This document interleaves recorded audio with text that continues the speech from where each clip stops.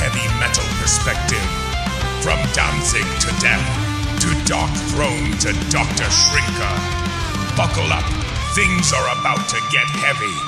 This is the Metal Podcast. Let's rock and roll. And welcome to another episode of the Metal Podcast. New year, same gripes. I am AC and joined, as always, by DJ. How are you doing today? I'm doing just fine. No freakouts this morning for me. But how are you doing, man? You know, I'm as tranquil as the sea. You know me. Yes, we do. DJ, did you have a good Kwanzaa? Of course I did. Yeah, I behaved myself, but don't ask about me. We have a very special guest today, AC. I know that. Okay. I just wanted to. It's been a while since we've heard from you, but we have a special guest, guitar virtuoso and bass and keyboard virtuoso, Mad Chad. How are you doing? Good. How are you guys doing? Doing better than AC. Well, some days you just wake up on the wrong side of the bed. You're the perfect metal host and player, man. Come on, you got to have that, Yeah, well, you know me. I'm always fiery but peaceful. Yes, mostly peaceful.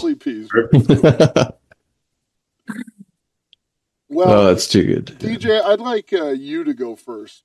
So, Mr. Mad Chad, what we like to do is we like to take a song that we think is underappreciated, and then we pick that one, and we'll put it in the show notes. But we want to expose the people to it, or just give it a little love that we think it deserves. So go ahead, DJ. Yeah, so I'm going a little different route this week. Last week I had a death metal song and band. This week I'm going with one of my all-time favorite bands that helped, promote my metalness, I guess, if you want to call it that. At least got me really interested in the music part. But I'm going with Til The Living End by Dokken. And with their first, the second, third, and fourth albums, I usually go back and forth with which is my favorite. It used to be Back for the Attack. This is Under Lock and Key. I love Tooth and Nail. So it's all good stuff, and I love this song because it has that thrash beat. It's kind of like Tooth and Nail.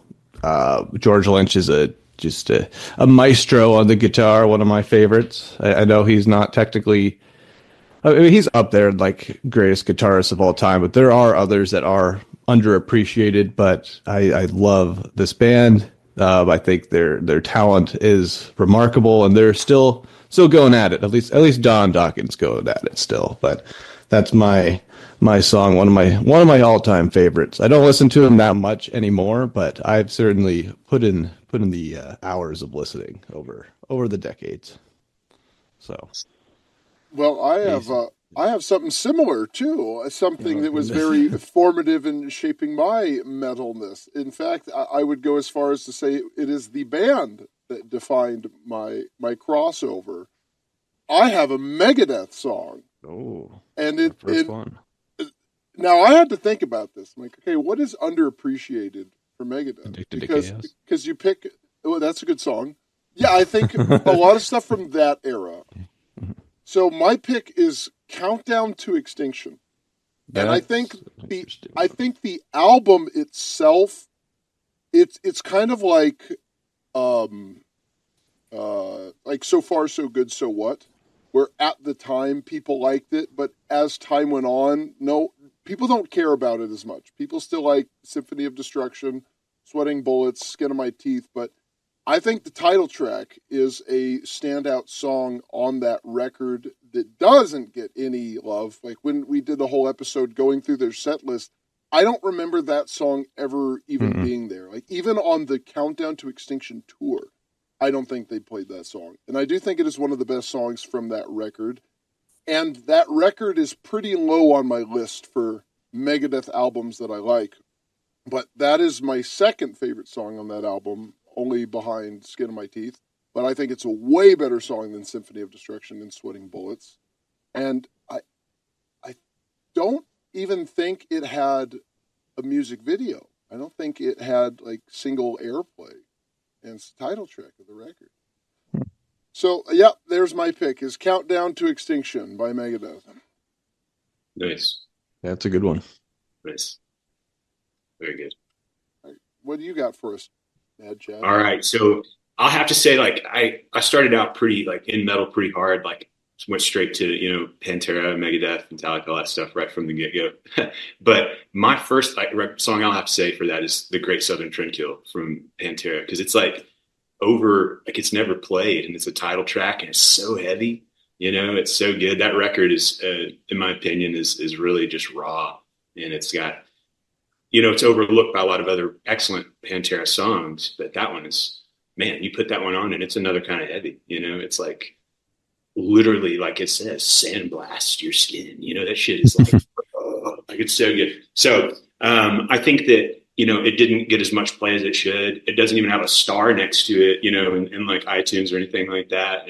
But again, it just makes me like so like amped up and excited when I listen to it. It's great. That's pretty funny because I almost picked a Pantera song. Oh yeah. Because recently I listened to Cowboys from Hell and Cemetery Gates, and I hadn't heard either of those songs in probably like 10 years or something. It'd been a long time, and I was going to pick Taken My Life, but for some reason in my mind, I feel like I already picked that song.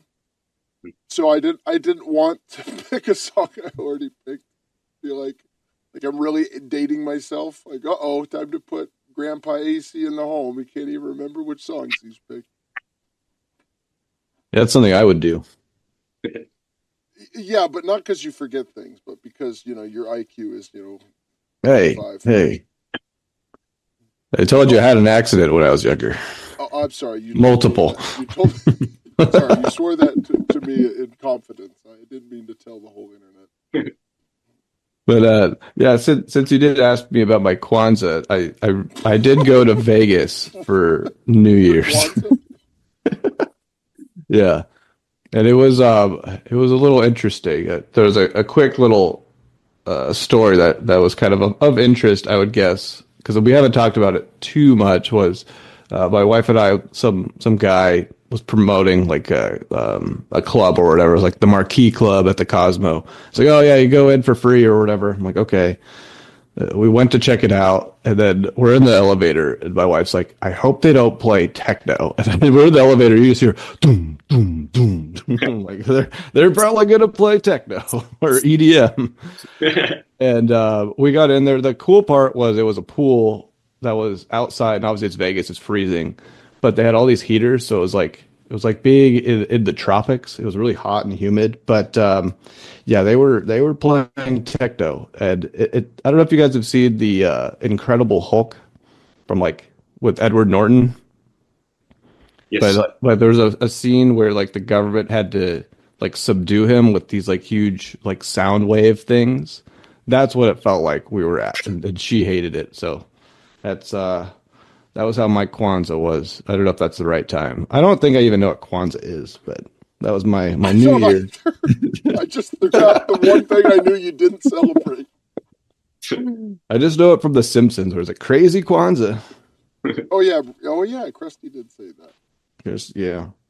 All right, Mad Chad. Enough about our self-grandizing. What are you all about? Tell everybody who you are and what you do. Give us the elevator pitch. Yeah. Well, I'm the artist Mad Chad, but I've been for decades a music teacher. I own a studio. I teach guitar, drums, bass, vocals, piano, and I've done that for a very long time and record. But as the artist Mad Chad, I like to make metal. I like to make things that encapsulate my anger, my emotions, my feelings during the day, of things that, I want to dump into the music, an opinion I might have or something that I want to say. It's a great place to do it. And it's expressive, of course, as you know, being a metal musician yourself. It's wonderful. But I think that I personally just like to make music that I think is, heavy in my standards of what I consider heavy, and I write what I want to write. Has anyone ever told you you look like Donald Trump Jr.? No, that's funny. Yeah, because the whole time I was like, he looks familiar. And they're like, oh, no, he just kind of looks like Donald Trump Jr. That's funny. Like Donald Trump Jr. with some tattoos. Well, I don't know if I've ever seen that guy outside of like wearing a suit. So, maybe he might be dead. Maybe, you're right. Maybe it's sleeved. Yeah.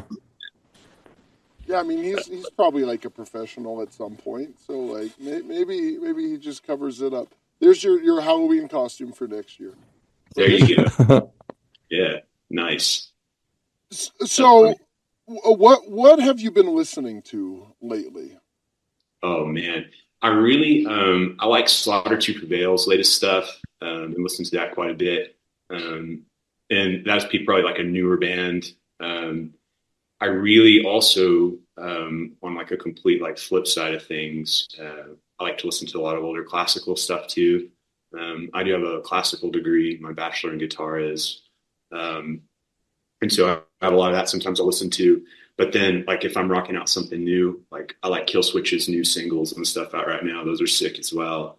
And then sometimes you'll catch me with Pantera. Sometimes you'll catch me with, some Metallica or whatever's going on, or Megadeth, all of the classics. But right now, like you'll catch me in my car. I was listening to Slaughter to Prevail.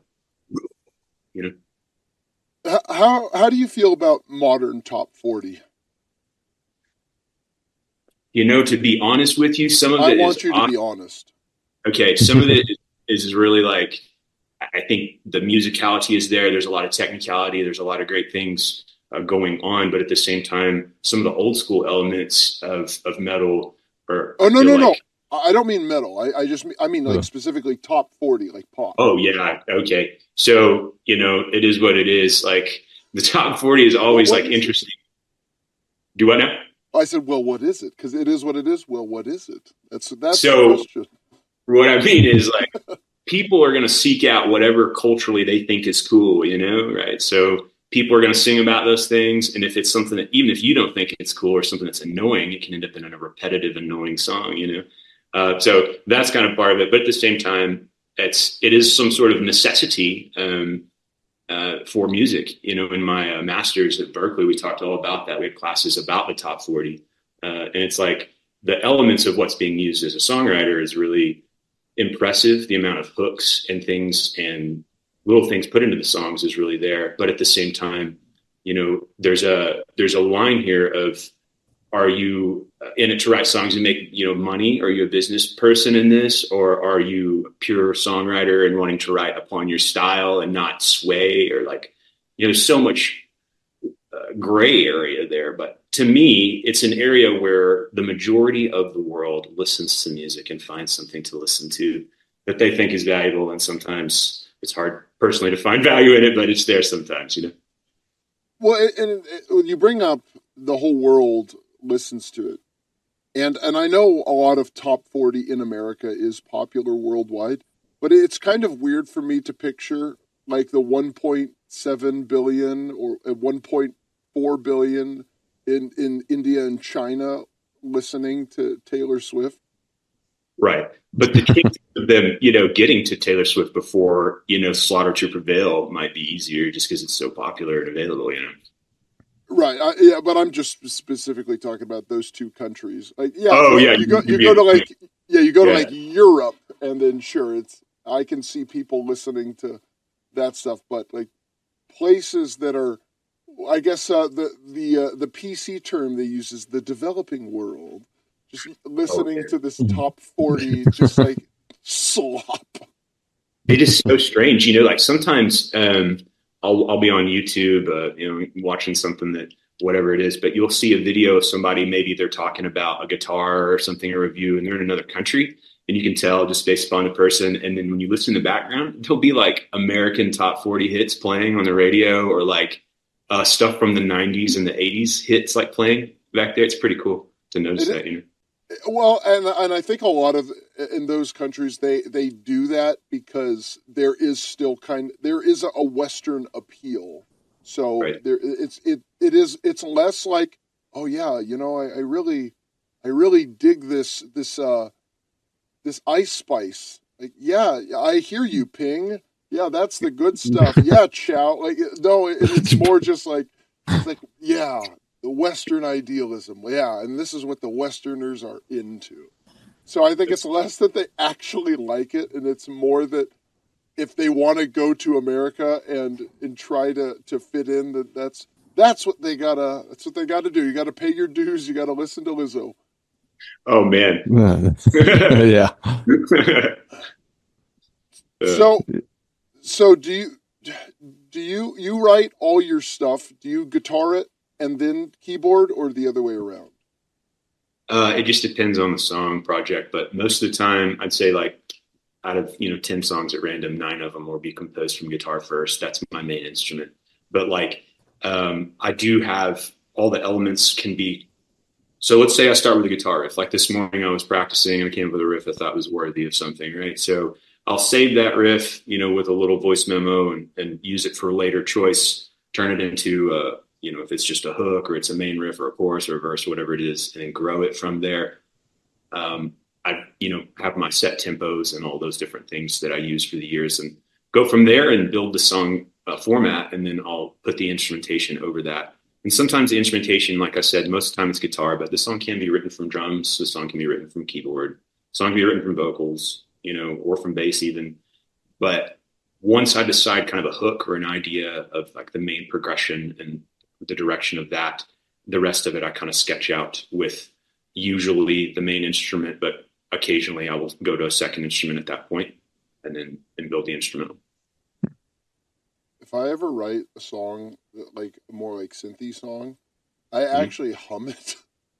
Oh yeah, that's cool. That's how I do it. Like I used to try and do it on the guitar, but like I find that like going like I can make better keyboard tracks. That's awesome. In my master's, we had a whole entire thing about just capturing your music ideas.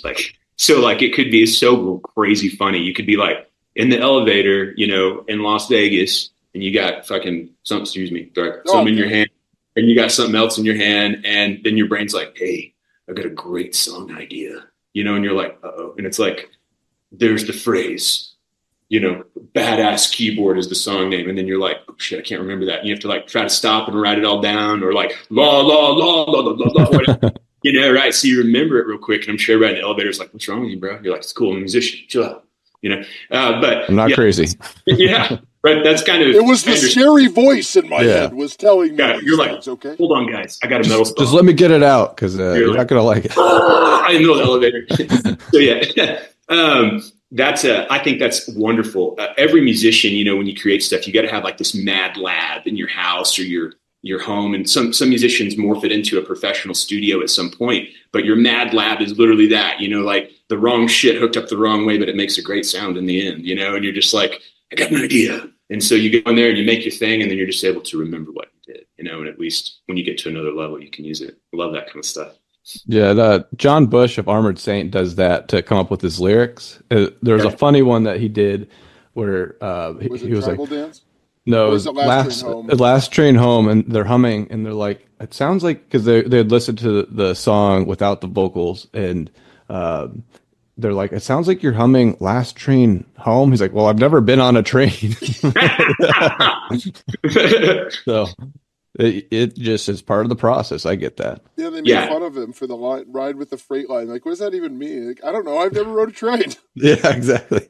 That's hilarious. Like sometimes that's the way it goes. Your brain's like, hey, I got a great idea. And it gives you this phrase. And like sometimes the phrase has to cook for like a week or a month. And you're like, what does that mean? Right? I love that stuff. Or you're just listening to humming and stuff, and you're like, "What was I on? What is this?" Yeah, you're like, what was my brain thinking? hum. This is sick, right? Yeah.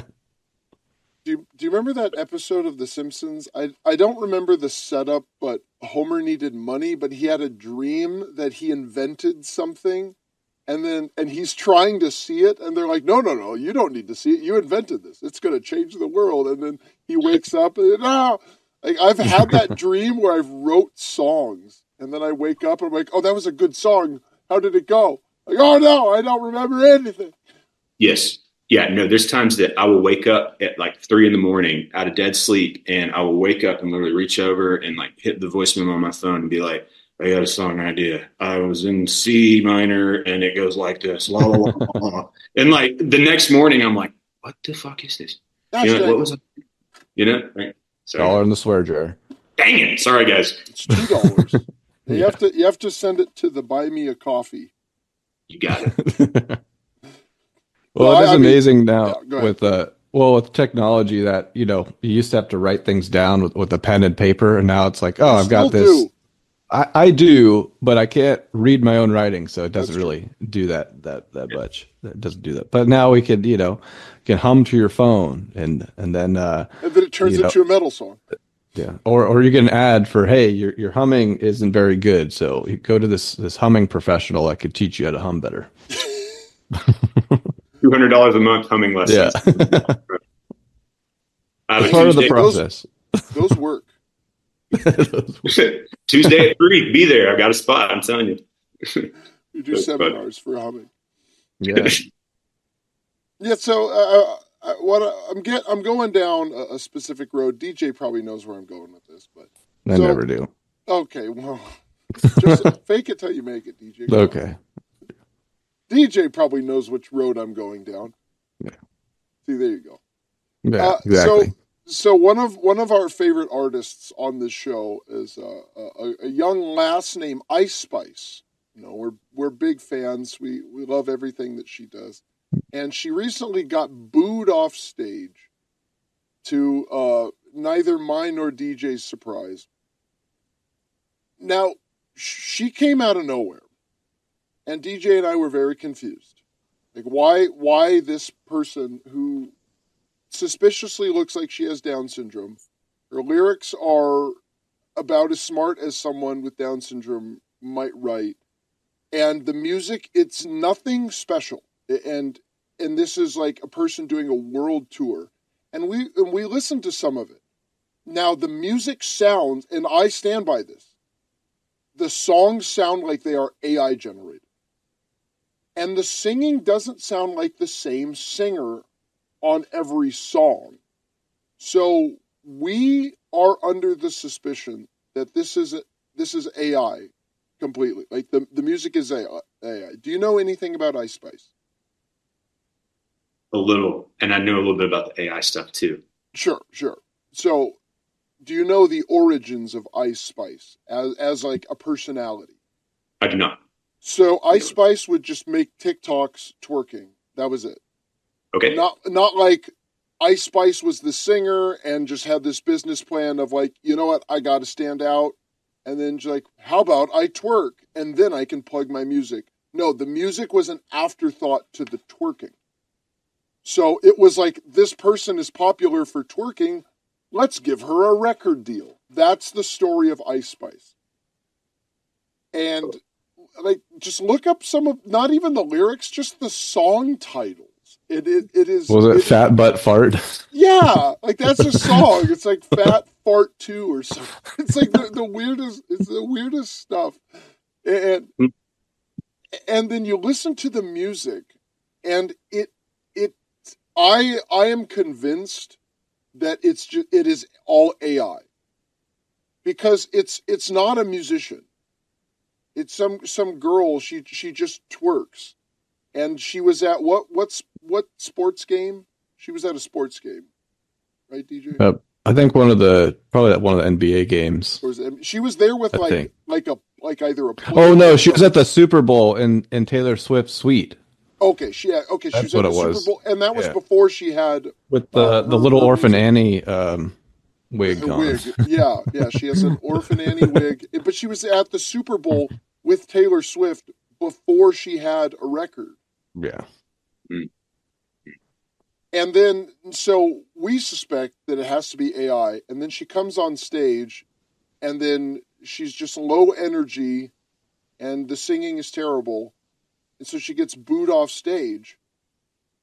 So that, to me, just further solidifies my view that this is all AI, and then they just put this person out there with like no musical experience, no training, nothing. Like the only thing, this person should be a stripper. Like that's what she's basically trained to do. The day shift. Yeah. Oh shit! You can say that one for some reason. For some reason, Yeah. the F word is the one I don't like. Oh, yeah. Yeah, so day shift stripper Ice Spice. And I think this is the future of pop music. Because do you like Depeche Mode? Yes. So Depeche Mode are very, very competent musicians. They write very good songs. There are good lyrics, great arrangements, and a good diversity of music. Like it's not all just can't get enough and New Life. Like we're all over the place. You know, you got this more like generic pop song. It's called The Heart. And you got something more emotional with Home. And then you got something darker with Barrel of a Gun, like all over the place. But they used to have artists like this, where the pop was just more accessible, but it was people that knew how to kind of tap into we'll call it the everyman. Where over time, pop has been slowly watered down to the point where it's zero effort music. Like no one writes from the soul anymore for the sake of top 40. And there's plenty of people that are popular, because when we talk about pop, we mean just top 40. Because there's people on the internet that have like, you know, millions, tens of millions of plays. They're just not radio artists. But with this top 40, it seems like they've spent the last like 20, 30 years trying to kind of make it so you could put it out on an assembly line, where all this stuff sounds exactly the same. And if that's what you've been trying to do, then AI can just make it all. Like, what is the difference between Lizzo and Nicki Minaj? Musically. Their weight. Well, yes, musically. Yeah. Right. So that's the thing with AI, I think that's so interesting and frustrating is, you know how you said it's like it all sounds the same. Well, I mean, of course, you can formalize anything with theory and music and write it down as a person and utilize those techniques and things as a writer.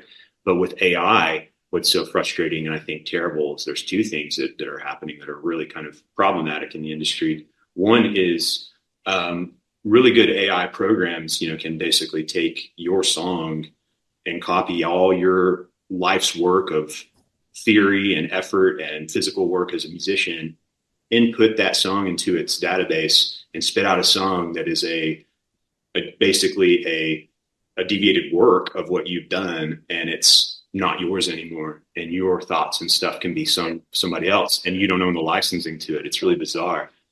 That's a problem. And the second thing, of course, like you said, so like music is emotion, and it is literally, if you're a musician, you are a person, your job is to help bring emotions out for people to listen to and experience. And so your songs, whether they are angry or whether your songs are happy or whatever they are, those emotions resonate with humans. And we can always tell when a human has made the emotion and when a human has not.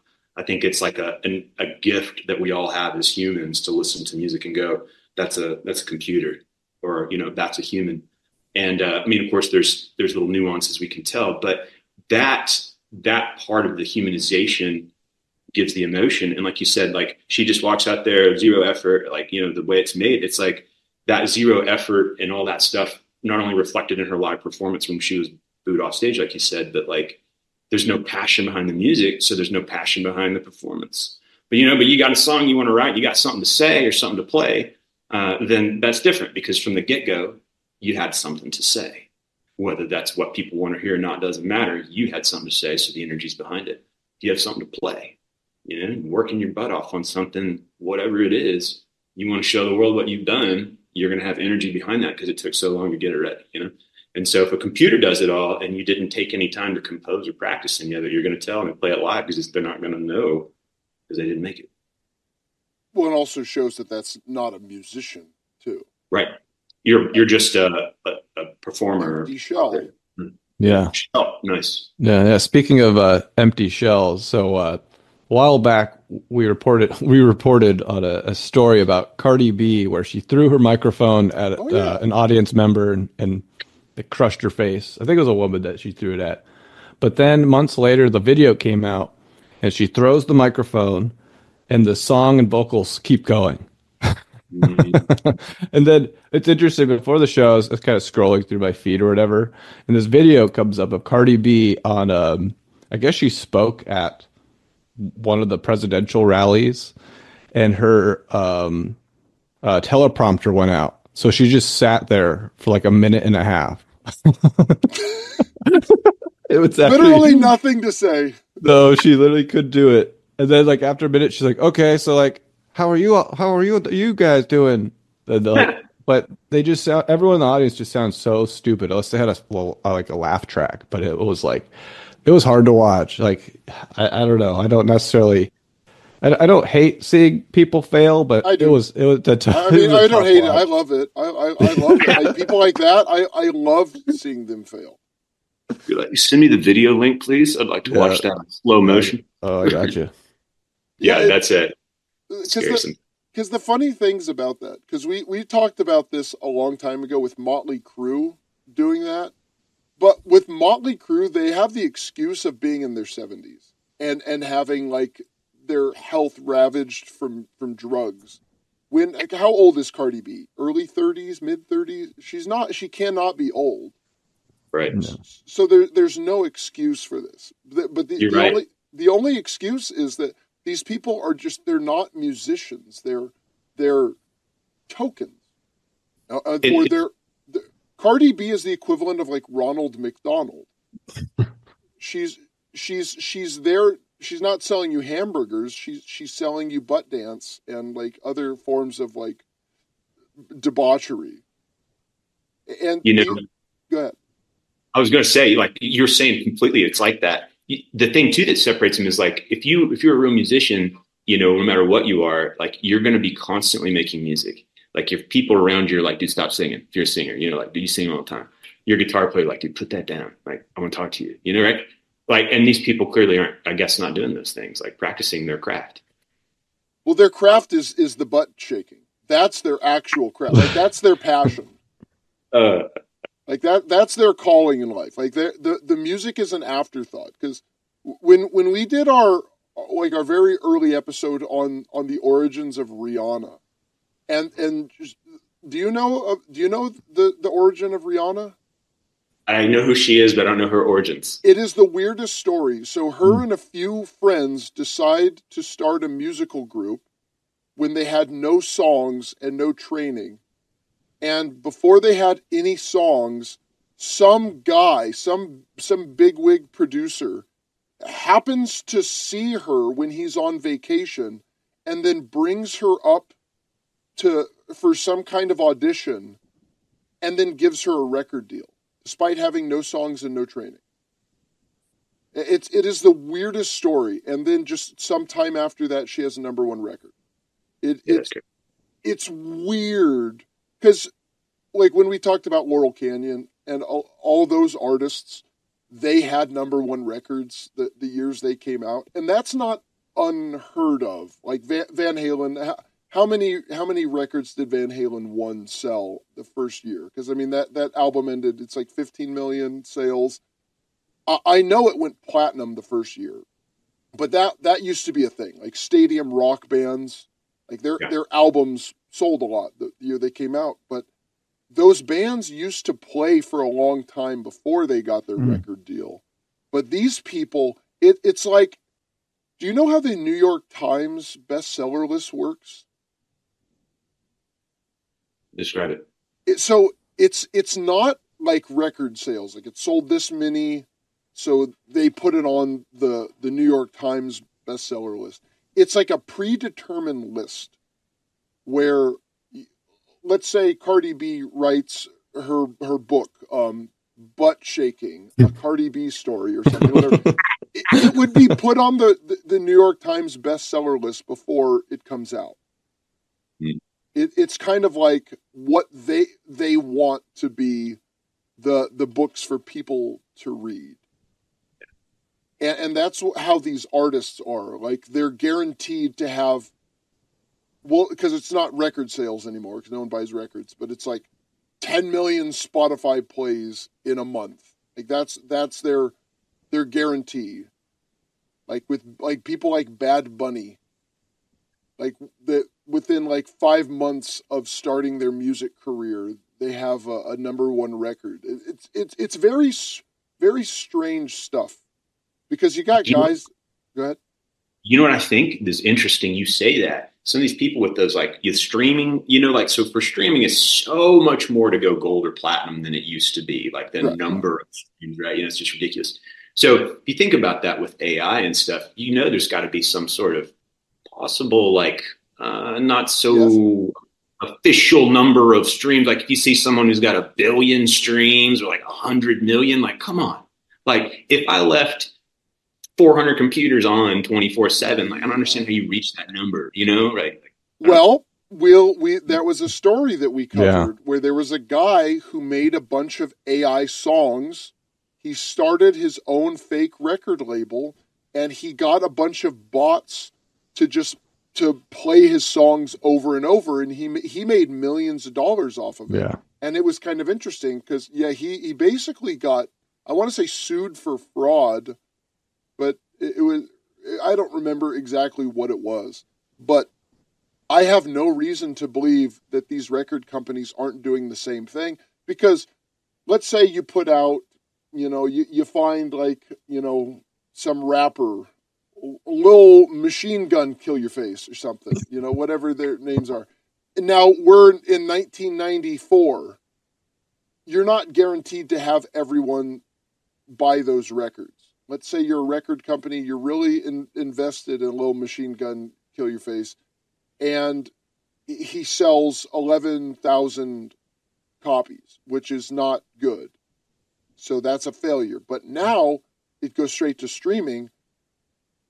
When regular people have access to these bots, well, of course Atlantic Records and Virgin and whatever, WMG, Capitol, of course they all have access to that.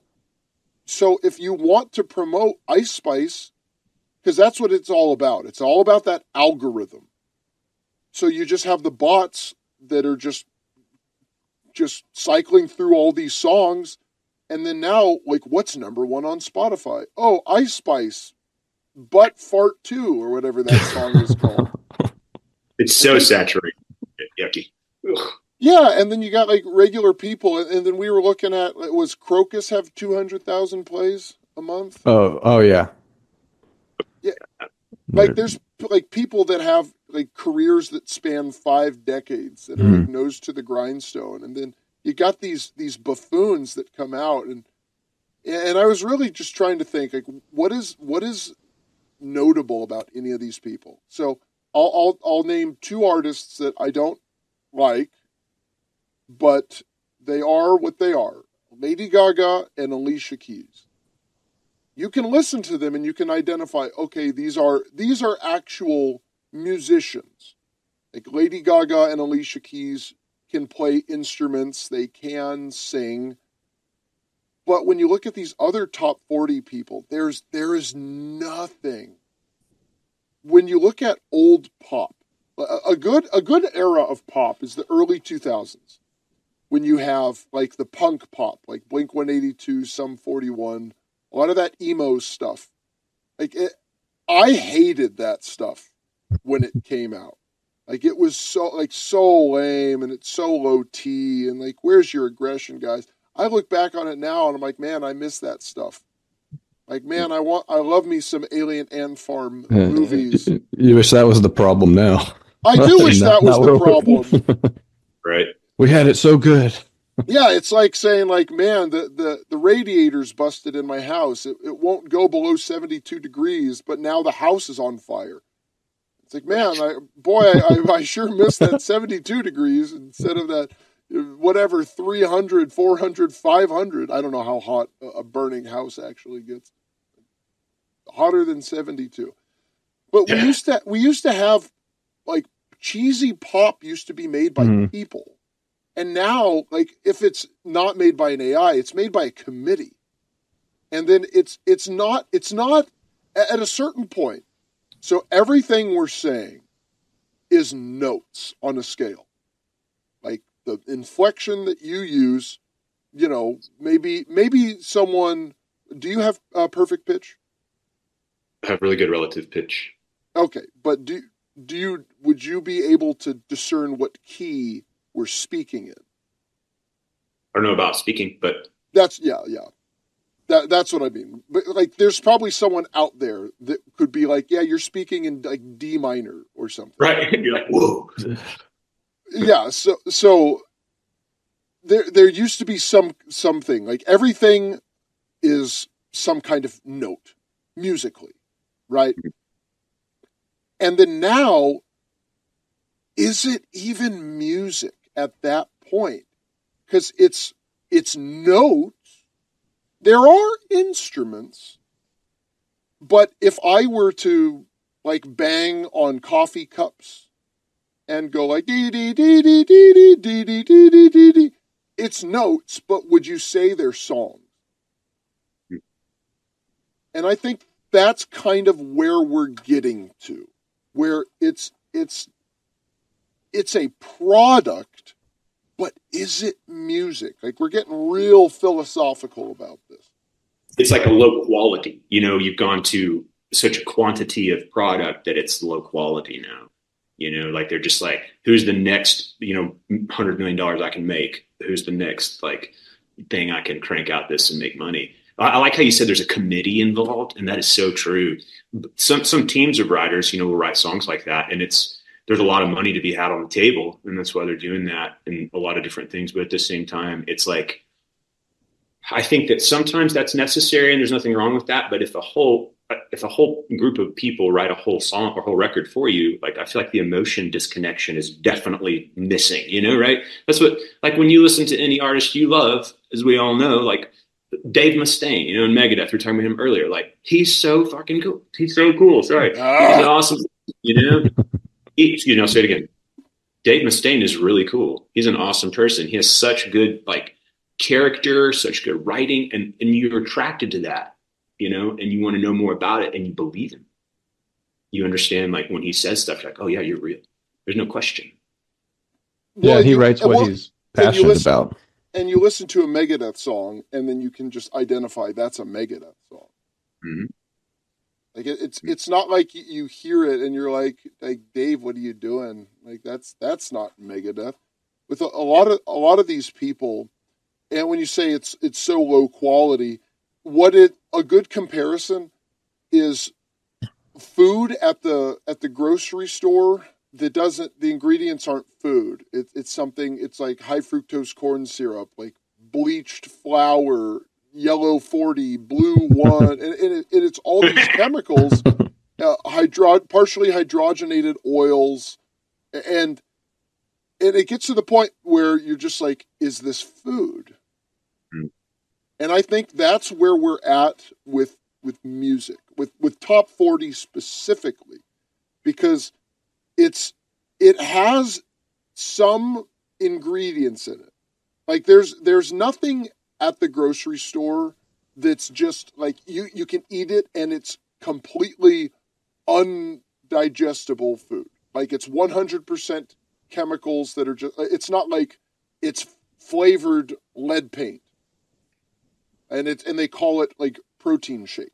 Like, we're not at that point yet, but I think that's where music is. Like, music is really paralleling. Like, it's worse than fast food, because fast food still, for all the additives that they put in it, like, there's still beef, like, there's still flour, there's still some, actually, I don't know about American cheese. They don't call it cheese anymore. They call it Kraft Singles, because it's not cheese. I honestly don't know what's in that. I know that margarine is basically just oil. It's not actually food. But when you have all these, I don't know what to call it, but the music is getting to the point in top 40 music where it's essentially the high fructose corn syrup of music, where your brain treats it like music, but I think it's because people have been kind of 1984'd, where you're just told over and over, like Lizzo, Stunning and Brave, and then you hear her song 50 times everywhere you go. So now you're like, I didn't really like that song. It's Abe and Eubanks. Like, I hate this song. And then you hear it 100 times, like, I kind of like this song. But you've basically just been conditioned to like it. Mm-hmm. Mm-hmm. Yeah, and what I kind of realized going back to that club in Vegas where it was just the techno, and you could be like, is this music? 'Cause it was just bass. It just like doom, doom, doom. But I was like, if there was a rapper rapping over it, it would be even worse. But you could argue the singing makes it more musical, but it's so much like, I don't know, it's just more harmful to my ears. Like that, I'm like, you know what? The techno with no vocals isn't that bad. The techno, I think like that's kind of might be maybe the infancy of some of that kind of humanless style beginnings, like people making music just by pressing one key and holding progression, and then a melody with one key instead of moving multiple. And it looks like you're doing something that's really more advanced than it is, And like, I think that I get it. Like there's coolness in there in some set aspect, but right. Like human element over that, maybe it might be cool or maybe not. Maybe if it's the wrong human element, it won't be. But yeah. My cousin made a funny video like years back because he was at some like hotel and they were having some like DJ party or something, and from his hotel room he like put the video on the DJ. He's like, look at him, he's spinning those knobs, and he, like the DJs that try to act like he's doing something, but you're just like play. Pause. He's like, do this. Yeah. Look at him spin those knobs. That was pretty good. But yeah, DJ, were you at that party that I had that our friend our friend Sam was at, and he was playing the piano? I don't think so, but yeah, he's actually a good musician. Oh yeah. And so we have a buddy, excellent musician, like one of the best ever. And he was just, I have a piano, and he was just playing the piano. And then someone says, "Can you play Skrillex?" And he's like, "Hold on." And then he pressed one key on the piano. It just, he's like, "Sorry, no, I can't do it." There you go. Yeah. It was just really funny. "Can you play Skrillex?" Hold on. Deep. No, sorry, can't do it. But yeah, I do think that you're correct that like techno, it is kind of the origins of all this stuff. Because that was the first time that type of music really became the norm. Mm-hmm. What music was like that before 90s techno? Like, did they have anything like that? Like, sure, they had keyboards with effects in the 80s. Like, sure, yeah. Depeche Mode, Michael Jackson, like pick your 80s pop star. Yeah, they had those effects, but those were people playing. But yeah. Them. Right. It was on the pitches were still manipulated, and the effect manipulated the whole phrase, as opposed to one phrase, one pitch, one manipulation, one hold down. Yeah, and what they did is they used it as a tool, instead of it being a crutch. Mm. They're like, look at this cool thing I can do with keyboards, and it was kind of like it was innovative, where people said, "Ooh, this is cool," and then they said, not they, but like Scumbag said, well, how do we exploit this? Like, how do we shortcut this? Going back to the greatest song of all time, Believe by Cher, which that was the first time anyone had heard auto-tune used like that. And then now every artist uses it because it has that kind of catchy sound to it. But auto-tune has been around forever. But it used to be used to enhance people that couldn't quite hit some notes that they wanted them to hit in the studio. And now Dude, you should start a new song. I love it. That was really good. No, I pushed my auto-tune button. Well, get your voice memos out and write that down. That's some good shit. What you do is you just have a seizure. And everything has been a shortcut since then. It's like you press the one button, and then there's your song. You got your one drum loop, and then now you auto-tune everybody. And just, you have a billion effects. I had a buddy who was very critical of Steve Vai, and not as a player, but as a, I don't want to say producer, but the amount of effects that he would use. So he wouldn't like that Steve Vai used so many effects that it just sounded too digital. And I understand that, but that was his style. It was stylized to be like that. Because no one would ever criticize Steve Vai as a player, one of the best players to ever wield the instrument. But when it sounds so synthetic that it kind of, it's like the uncanny valley. Like, is this even a guitar anymore? It almost sounds digital. And then now everything is just so digital. And when we talk about production of modern records, everything sounds so, like, there's so much compressor and just so many effects that nothing really has an identity anymore. And everything sounds perfect. And it's nice for, like, people like me, where you can just record your own stuff and you can make things sound better than you ever dreamt that you could. But it also means that people that have no musical talent at all can trick people into thinking that they're like a singer or something. Well, you only make it to the top if you're talented, AC. That's true. You know me, I'm a big coward that's a failure. Yeah, if you make a great product, it can't possibly fail. It's how it works, right? You know, with all that too, as you know, in production of music, no matter what you're doing, singing your guitar, like all of the computers and different Pro Tools and all the effects and stuff we can add to our music, you know, it's all meant there to enhance something that's already, you know, worthy of being on a recording. And like, I think some people, they want to record so bad, sometimes they don't really realize if they do have something to play or something to say. That's nothing wrong with having fun and messing around and experimenting and having a great time, but like stepping up to the plate to make a recording that you want to sell, you know, like putting too much effects on it, like you said, can trick and fool people into something that's not really there. But if you really have the abilities, like, and you're really good at something like you mentioned with the auto-tune with Cher, like that was meant to just enhance the song to be cool, like a phaser or a delay. You know, it wasn't like, hey, we're gonna tune this really well. It's just like a fun thing, and then it catches on that also here's a plus, like you can suck and you can put this on and you say, you know, right? Anyway, yeah. Who doesn't use, as far as top 40? How many of them don't use auto-tune? It's probably pretty low. Like, even the ones you think wouldn't be using it are using it. I guarantee you Taylor Swift is using it. And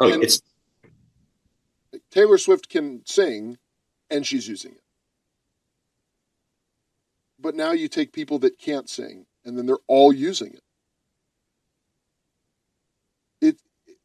It's not because Cher couldn't sing, and, you know, Cher was a singer, and yeah, they threw it on there because, like, let's do a gimmick. Like, how do we make Cher sound modern? You know, someone from the 60s. And then now we're at the point where I don't think there is a next step. Like, we have plunged to the bottom. Mm-hmm. Remember that at one point, Led Zeppelin and The Who and Van Halen that was top 40 pop. And now here we are. How many songs on the top 40 like talk about like their own butt? Seriously. Like, I mean, someone might say, like, you seem obsessed with that. It's like, I'm not. I'm pointing it out. Because I was having a little freak out before we started recording. Just a little one. A little one. Just mine. It was a fiery but mostly peaceful freak out. And the thing that upsets me the most about this stuff is we have to deal with all this modernity. And what upsets me is that people are just okay with it. Mm. And it's the same thing with this top 40. Because whenever I hear people talking about top 40 stuff, like I'll hear like kids at the gym talking about it, they speak in the most uneloquent, uneducated manner. It hurts my brain hearing these people talk. And it's chicken and the egg for me. Are these people stupid because this is what they listen to? Or do they listen to it because they're stupid? Because we've read plenty of lyrics from these artists on the show. And you do feel like Cartman eating the Vagisil. Like, I do feel stupid. Oh, God. Yes. You know, what's interesting, I was thinking, like, when you're pointing out some of these things with guitar through the years, if you think about how it evolved with distortion and overdrive and becoming, like, super distorted to some point at probably in the pinnacle of the 2000s, where we had, like, just so much distortions available that are, like, very heavy, that some guitar players would use that as a way to cover up their abilities and whatnot. But then you see... Like me. But then you see, like, a guitar player who's been around for a while, you know, will, like, embrace that, and then they'll back the distortion down so they can hear themselves and, like, learn what they're supposed to do properly to have that tone, vice versa, instead of just using it. And I think that the immaturity of, like, with the singing, that's the problem, you know, like, people just like freaking, what's his name? The Paul Boxer with Mike Tyson, you know, like, he wants to be something that he's not, you know, and he's going to create some synthetic version of that, however he's got to do it, however much money, how much trickery to make you believe that he's a real thing that he's not. And, like, these people, maybe they want to be a singer so bad, you know, but they never had one lesson, or they never passionately pursued the other sides of the formal part of the craft. I don't know. It's just, you can't, like you said, chicken for the egg kind of situation. Like, you got to pay your dues and practice your craft, period. You know? Well, that used to be a kind of a running joke. You would have these actors, and they're like, I'm going to be a musician. Mm-hmm. And then that's just kind of carried over. But now it's like, I'm a prostitute. I want to be a musician. It's like, that's where we're at. That's how low that we've gone. And yeah, and you're bringing up the distortion. Like, we went from the Kinks to Dimebag Darrell. Like, the evolution of it. And at a certain point, you can't go anywhere else, except you can start going down. And I think that's what started to happen, is things get too distorted, then it just sounds like bowel movements. Mm-hmm. Yeah, like, it's the same thing when the guitar's tuned down, you know, like, we've got 9. Gosh. I mean, you know, like, I play 8-string and 6, but, like, if you have multi-string guitar and you keep going low and low, you become a bass, you know, right? And, like, there's a point where that got silly, you know, like, where the guitar just kept going lower and lower and lower, like, I'm in drop Q, you know, like, it's like, what? Right? You know, like, lower and lower and lower, and then it's inaudible, and then it's like, okay, let's go back up. And then other bands figured out, like, hey, we can go lower, but not that low. Let's stay here, you know, and you find a good spot. But you're right. You have to go backwards once it reaches such a point so far of no return, of every option is exhausted, and that niche needs to do something different. Let's do something different, you know? You can't just do something different for the sake of. Like, your evolution needs to be organic. Yes. And that's what a lot of people don't understand, is they think just different it's good because it's different. But, you know, peeling the skin from underneath your armpit that's different. But you probably shouldn't do that. Just like, different doesn't always mean good. So, and this is my whole problem with nu metal.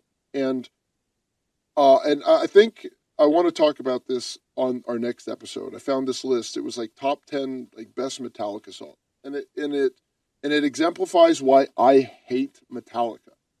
Is because if you make this list of like the 10 best Metallica songs, and then I think DJ and I might like one or two songs on that list. And then it's like, if this is why you highlight this band, then this is the problem with this band. So Metallica, I don't, like, name a Metallica song, any song. Master of Puppets. Okay, I don't hate that song. I don't like that song. I like the first 3 minutes of that song. Name another one. One. I do like that one. I like one. Right. Go again. I know this one. Saint Anger. Okay, I don't like that song. I hate that album, and I don't like any songs on it. And the reason I hate it, it's less like, I only hate things if I feel like they are an attack, like spiritually. And I think Metallica normalized the destruction of mainstream metal. Because without Metallica's Black Album, you would not have had the rise of nu metal. And if the thing is, when people say like, well, that's what was popular at the time. Okay, Slayer was one of the most popular bands in the genre. They just straight up made a nu metal record. And it's the one record that everyone hates. Why was that record not super popular even for the time? It's because that music wasn't actually popular. It was completely astroturfed. And if you talk to people about like nu metal bands that are popular, people are going to be thinking more like Flaw or Korn or System of a Down. And while those bands were popular at the time, Eminem wasn't talking about Jonathan Davis. Serge Tankian didn't make a cameo in Zoolander. It was Fred Durst that was everywhere.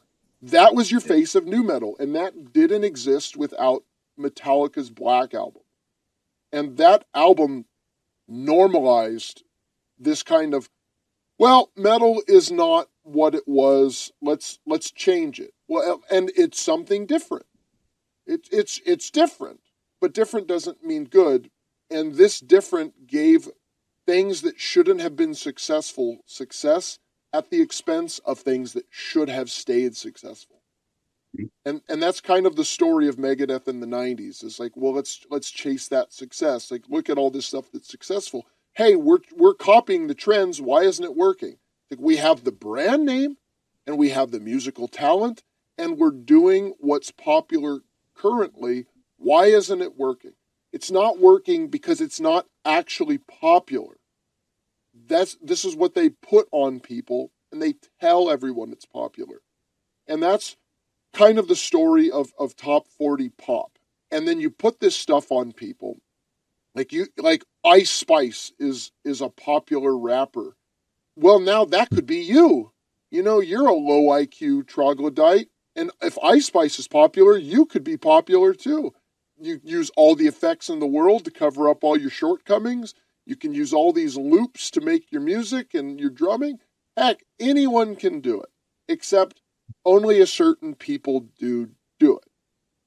And with the evolution of music, I want to say pop probably peaked in the mid-90s as far as like just cheesy pop, and just everything from there had gone down.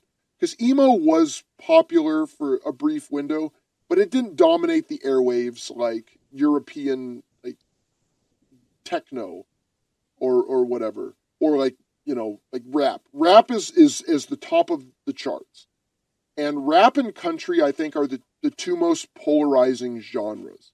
And I think most people hate country because they think of who does The Way That You Love Me? Was that Faith Hill?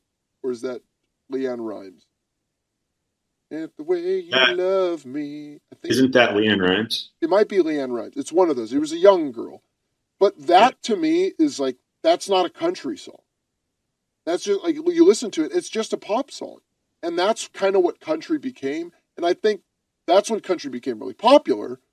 But that's when people started really hating country, because country before then was like Hank Williams, George Strait, and stuff like that, where I listen to that stuff now and I go, man, how did I miss all this stuff? Because I spent so many years hating country. I didn't even know this existed. But I just think of all the 90s country. But rap really took over. And I've never met an intelligent person that likes rap. I really haven't. I've heard people cope and try to say, oh, I like this rapper. And I'm like, no, you don't. You're just trying to look like you're hip. You're like the Steve Buscemi, like, hello, fellow teenagers.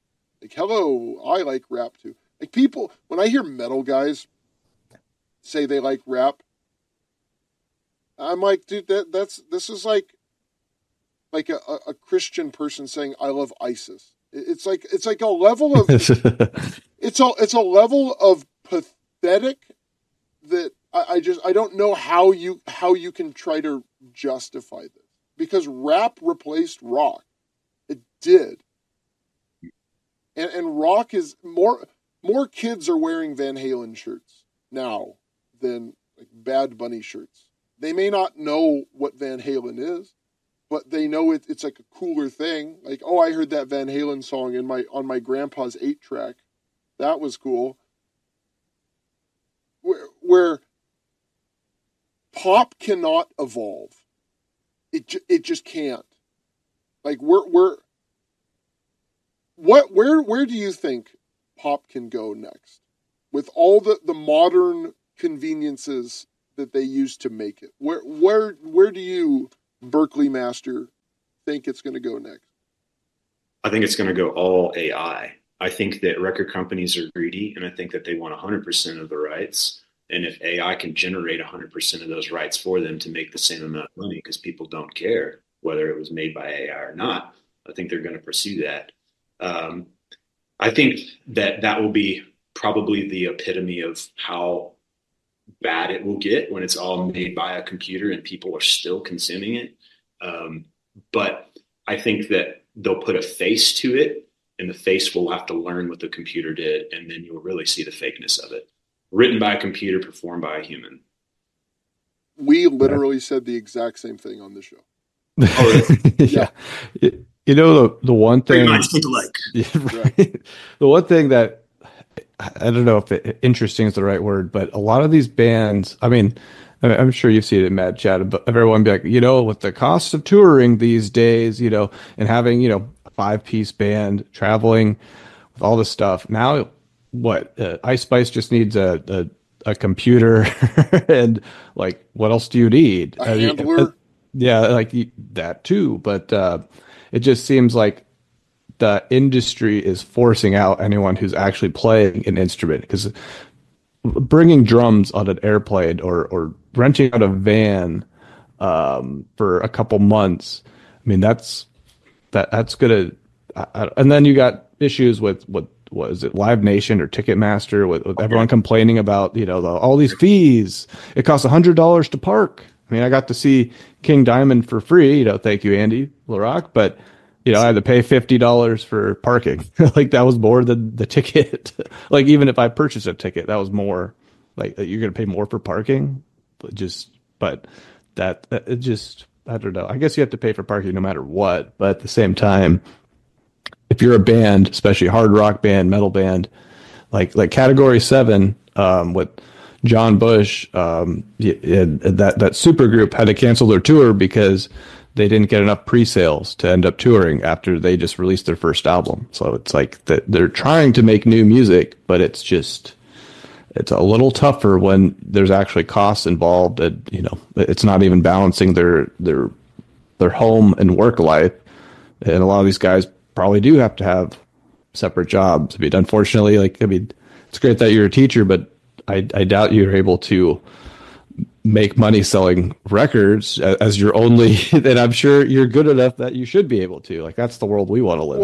Well, according to a previous guest, is if you can't make money selling records on your own, then you're actually just not talented, Matt Judd. Yeah.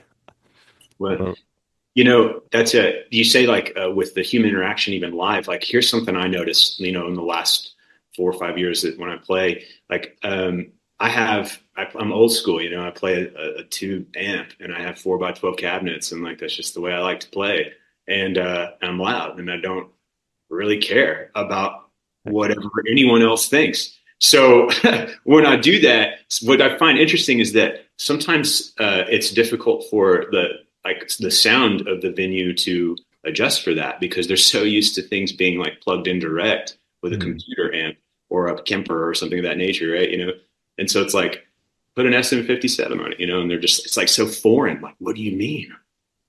You actually play your instrument? Wait a minute. I'm like, yeah, you might have to work tonight. Like, and like turn the knob up and down and not let the computer do the work so you can drink.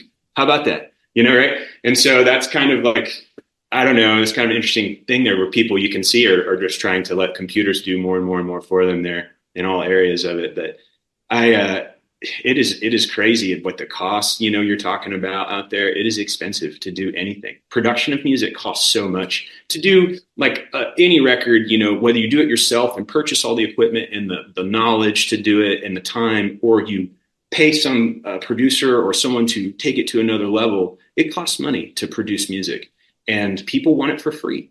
They don't even question that it should be something that costs them money. And it's kind of a weird thing. Like, you have to make an expensive product that you sort of give away. And then people also don't want to come pay ticket price because the feeding frenzy of the industry has figured out how to charge not only with your music on release and all that, but your live show when you travel and what you do, like everywhere there's like money assessed. It's nuts. Well, and DJ brings up a good point on them just it seems like they're trying to phase people out. I think they're trying to phase out regular music because the people, like regular people that like good music, they're just going to see $50 for parking and then they're going to say, well, that alone makes me not want to go. Like, I've seen that band plenty of times. Nah, I'm not going to go. But no one's going to say that for like Rihanna or Lady Gaga or Lizzo or Ice Spice. So they basically conditioned the sheep to see whatever kind of slop garbage music act that comes to town. Like, oh yeah, you spend $400 on Lizzo tickets, and then you're in the nosebleeds, and it looks like crap, and it sounds like crap, and they're not even performing. Like, Lizzo can't play the flute. Sorry, people. She just goes. It would be like just hit a string of notes on your guitar, like no scale, and that's the equivalent of Lizzo playing the flute. Like early Slayer solos, like before they just started we got Floyd Roses, so let's just make noise, whammy bar. They would just like kind of hit a lot of notes, and there was no real scales. Like on Show No Mercy, some of those solos are so bad, and I say that as some guy who like really, really sucks at guitar. And there was just no rhyme or reason to it, and that's Lizzo playing the flute. And the people that'll shell out all that money, they don't care. But people that write good songs and actually play their instruments and sound good live and take the time, like, think about how much rehearsal time goes in just for playing a show. And then you have these people out there, and they're not even playing their instruments. They're not even singing. Computers doing all the work. They're lip singing. They don't even have to practice. So what are we paying the money for? You're paying like $500 to be in the same room with this person. That's it. And then regular artists that care, like you would go to see Kiss because the live show of Kiss was a spectacle. Like as many problems, and I do have many that I have with Kiss, at least they played, and they played their butts off. But the modern artists, like what are Taylor Swift tickets? Are like $3,000-$4,000. Yeah, it's ridiculous. And you know what? And I bet Taylor Swift is also lip syncing. It's probably just easier for her. Like at this point, these people with this money that they make, they don't care. There are very few artists out there that are probably like making big bucks that are like, nah, screw it. I just want to play. I want them to hear me. I want them to see me. They're just like, I can just make all the money and do nothing. Heck yeah, let's do that. There's no more aspirations even to be a rock star. It's all gone. Isn't that wild? It is. It's kind of bizarre. Yeah. As a kid, it was like, God, I want to be a rock star, be on stage, and party like Motley Crue, and destroy hotels. Out hotel windows. You know what's funny? Like about I don't know, maybe like 6 months ago, I was talking to my wife, and I was like, you know, when I was a little kid and I wanted to be a metal guitar player from day one, you know, I was like, I want to do this when I grow up. I was like, well, here I am. This is what it's like to be a guitar player. I was like, yeah, you know, like here we are. Pretty funny. Yeah, because we did the whole bit, and it was cool, even though, you know, some fat-faced toad monster says we're failures. All right. We'll do that in depth some other time. Yes. But it's the glamour is gone. Like there's no like allure or mystique. It's not like, you know, go back and watch The Decline of Western Civilization 2, and Paul Stanley is in a bed with multiple women. He's like, if you want to, you can live like this. And that doesn't exist anymore. There are no like outlaw rock stars, like people that have reputations, like they're going to come to your town, they're going to tear it up, they're going to raise hell, it's going to be crazy. It doesn't happen anymore. Like everyone, the cost of touring is so high. Well, you got these people, they have like $200,000 tour buses with all these amenities, air conditioning and heated steering wheels and you know, like all this like stuff that you don't need. Have you ever listened to Henry Rollins' audiobook, The Get in the Van? I have. I haven't. It's awesome. It's great. But when he's just talking about, it's just like these guys in a van. And it's like, that's where all their stuff was. And it's funny because he's describing it the whole time and it sounds like hell.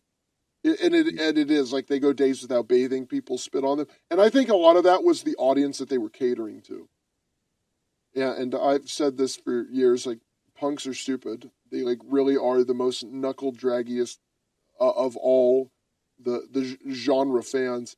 But at the end of the it's the book too, but at the end of the audiobook, he says, with all the stuff that we went through, I think young people today are missing out on a lot of fun. And people they won't ever have that experience. And a lot of it is cost. Like these were guys that had no money and then they were going around Europe and America and like they were just doing stuff. And the cost of gas, the cost of lodging, like venue fees, young people can't do it. And I was in a band not too long ago and they kicked me out. And I tried to explain all of this to them. And it's been 3 years.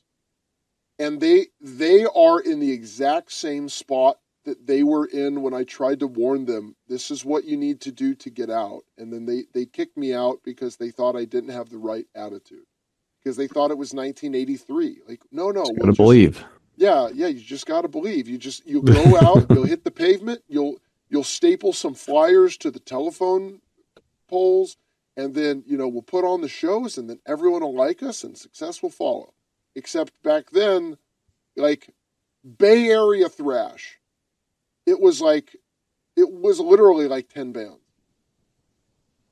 So, like, that scene is like, you know, this weekend, let's go see Metallica. Next weekend, let's go see Exodus. The week after that, let's go see Testament. It was like, really, it was those were the bands that you see. Where now there's a billion bands. And there's an oversaturation. And before, like, you do, like, let's go see Testament. Like, who's opening? Oh, Exodus. Oh, who's after them? Metallica. Like, that would just be your show. And now it would be like, let's go see Megadeth. Oh, are they headlining? No. Five Finger Death Punch is.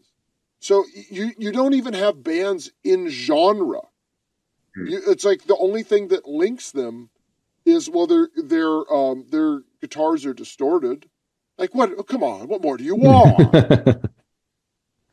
Right. And I remember, and then we went through that. Like every band that we saw, like whenever we would see like a thrash band in the mid 2000s, the opening act, it would always be like a hardcore band, and then there'd even be like a new metal band. It would never be like, can we just see thrash bands? And just everything just crosses over to the point where only the viewer noticed. Because the people at the top, they don't care.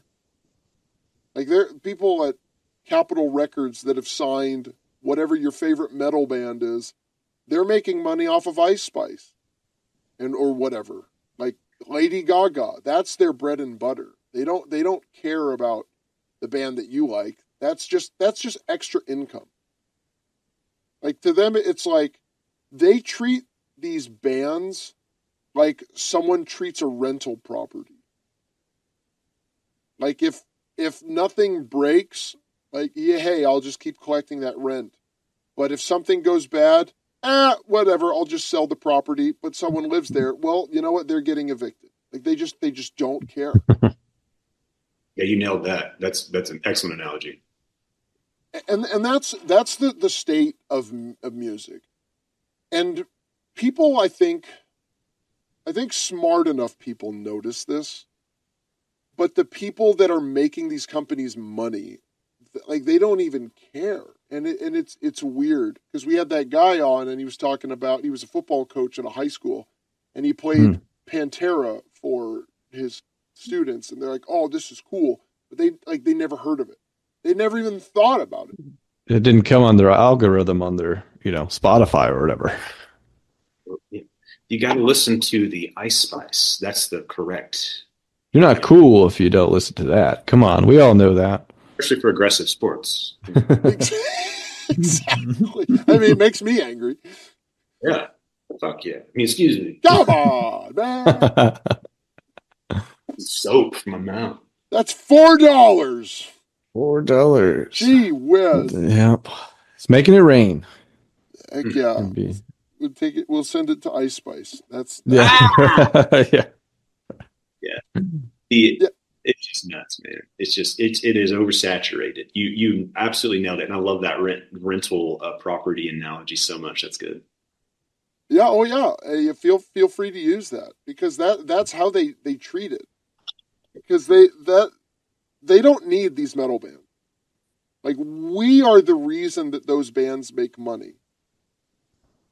Because, like, there's actual fans on our last show. We were on, do you know who Megan Thee Stallion is? I'm not going to say, because I don't know officially. So no. Do you know the song WAP? Yes, I've heard that. Okay. She was one of there were two singers. It was Cardi B and Megan Thee Stallion. Those were the prostitutes that sang that song. Mm-hmm. And yeah, and on our last episode, we went to her website to look at her merch. And it was some of the weirdest stuff I've ever seen. Because when you think like Pantera merch, okay, you got your Pantera shirt, maybe you got your Pantera beer or bottle opener, like whatever, like standard stuff, but you like Pantera. Like, Pantera inspires you. Like, I have my criticisms of Pantera, but I will never take away that Daryl can play, Vinny can play, and Phil can sing. Like, those were actual musicians. And then you hear it, and then it hits you. And you want to represent it.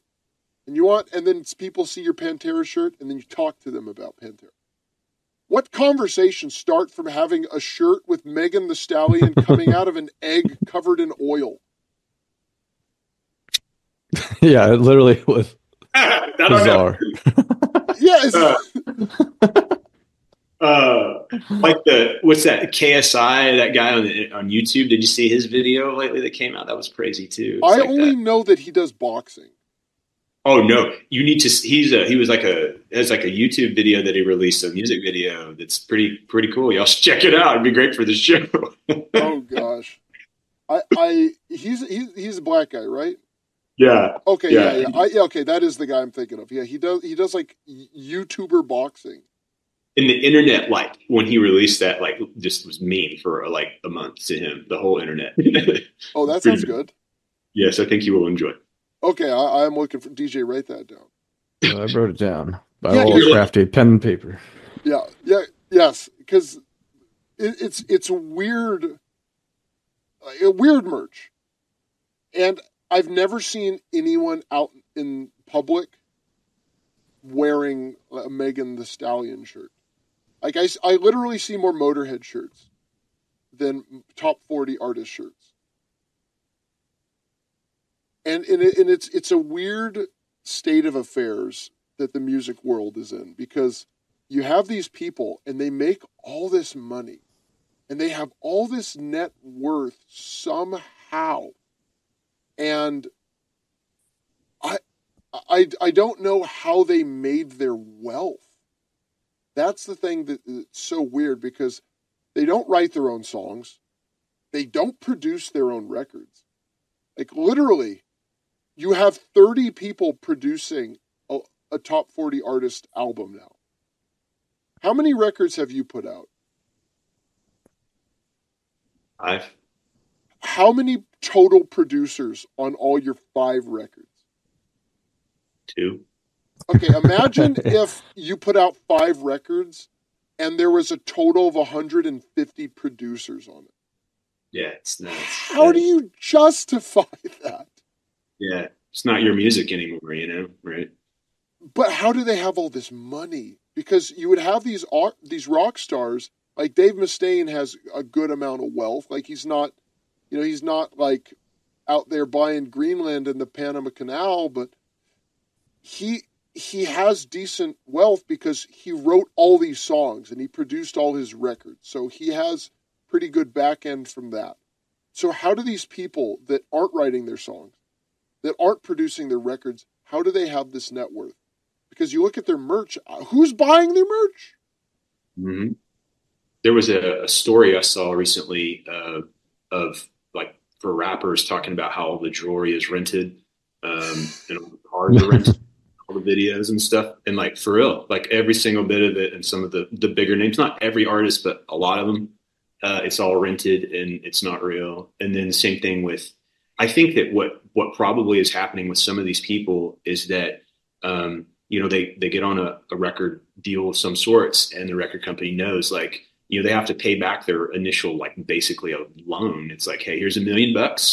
We see you, who are you, are Ice Spice or whatever. And we're like, we're going to make 10 million off of you. Okay. Tell you what, but we don't say that. Here's $1 million. We think you're great. We know you're going to buy a Cadillac and something else. So waste the money, have fun. But the rest of the time, your sales for the rest of your life have to accumulate to pay that $1 million back. And when it's paid back, then we're going to also keep our profit that we agreed to, that you signed to. So you're never really going to own music. Take about 20 years now with streaming to pay that off. So I think that it's just like, it's fake. Like literally they front them some money. They give them some stuff to make them look good in the videos. And then the next thing you know, if it doesn't work out, the fakeness is not too much of a risk because it was rented. But if it did work out, now we can talk about getting you some real diamonds, right? I think you're right. I think that's what it is, because we've looked up some net worths of these people. Like Lizzo's net worth was $40 million. There's like no way. Like she would have eaten that already. So yeah, she's not going to be doing OnlyFans, because a lot of them do OnlyFans as well, and whatever prostitution that we don't know about. But yeah, I think that's true though. Their net worth it's probably is fake. And a lot of it's probably to show the public too. Because like if you looked up like what is the net worth of Lizzo, and it says like, well, Lizzo's net worth is this much, but those are loans that she needs to pay back to the record company. So in many ways, Lizzo is in debt for $20 million. Then people wouldn't be like, oh man, I want to be like Lizzo. I think it might show like People might be thinking, oh, maybe I don't want to do this. Maybe they're actually exploiting people instead of elevating them, because there's no way any of these people are being elevated. This is all exploitation, and it's an absolute double-edged sword where they're exploiting the I don't want to call them artists because they're not making art. They're exploiting the recorders. I guess that's a better term for them, and they're exploiting the fan base, because I think a lot of these people, they don't like them because they like the music. And a lot of it is like easy listening music because you hear it everywhere. And it's very like postmodern, keeping up with the Joneses. But a lot of it is like, man, that could be me. Like someday I could be Lizzo. Like I could be worth $40 million and have and have like diabetes and hypertension and cirrhosis of the liver and have arteries harder than Bob Dole on Viagra. What a sight there, man. I haven't heard that. Oh, shit. But yeah, you have these people they're probably just like, man, this is the life. Like I could be carefree and be like a multimillionaire. I want to start doing that. But we've looked up like the quote unquote self-made billionaire, millionaire, whatever, and none of them are. And it all has to be like subsidized by the recording industry. And I think there is a huge scam out there. And then we just need we've just been trying to find the origin of a lot of this stuff. And I think like knowing the loan thing, I forgot about that. Yeah. Because Armored Saint talked about that, where they were talking about how for their first record, like they made all this money, but like Joey Vera was talking about in the 2000s, like they're still paying back the loan for their first record. Yeah, it's real common to see that kind of thing. And also too, right now, the industry, like the distributors and stuff, since we have bigger distributors for independent artists like DistroKid and stuff like that and CD Baby, the record companies lost that control. And when the distributors gave that to independent artists, it saturated the market because people can put their music everywhere. But DistroKid made so much more money. I keep saying to any distributor because they have more quantity. Well, then you see the record companies upset about that because they don't have control of that, and so they're going to figure out ways to buy the distributors. You're going to see that next, and then they're going to own a piece of everybody's independent sales. It's just like this. They can't stand it, the control situation, and it just is a feeding frenzy that, I mean, I've been keeping up with it for almost 30 years at least, and it never seems to, the monster gets bigger over here, and then the monster gets bigger over here, and the monster gets bigger over here, and you're just like, what is happening? I just want to make a song and release it. Yeah.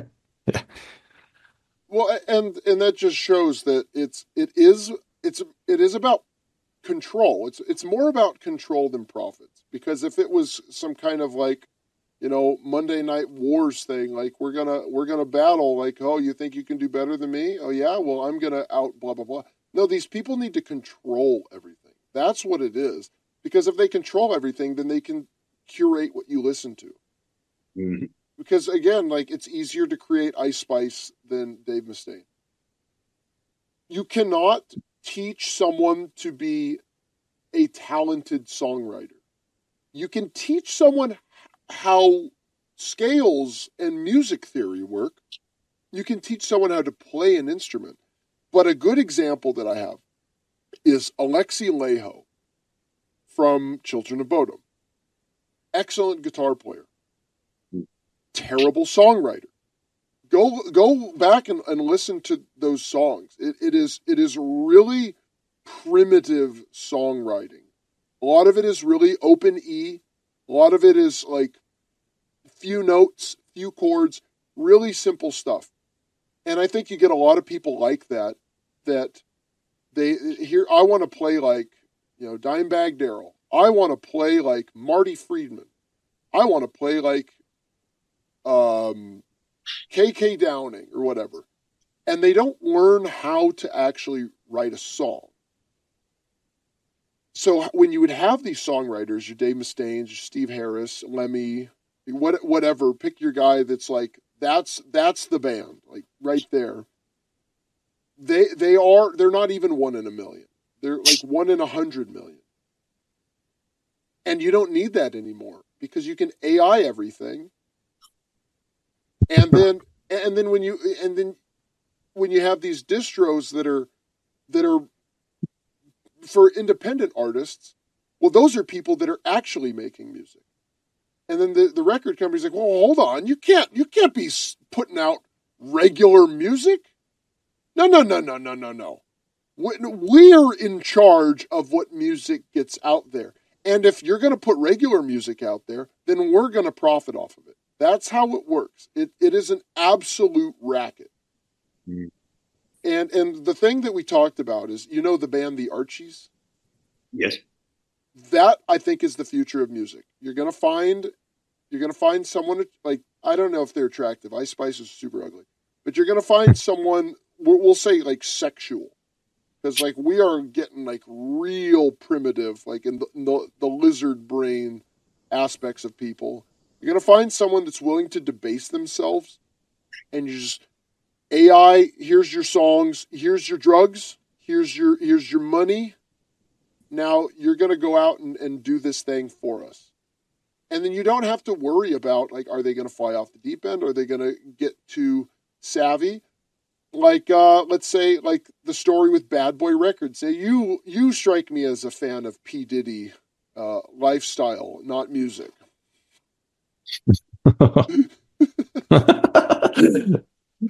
Feel free to say that to someone. You look like... They're like, what? How did you know? Was I on the tapes? Shit. You were on the which ones did you see? Yeah. I do like baby oil. By the metric ton. That's so good.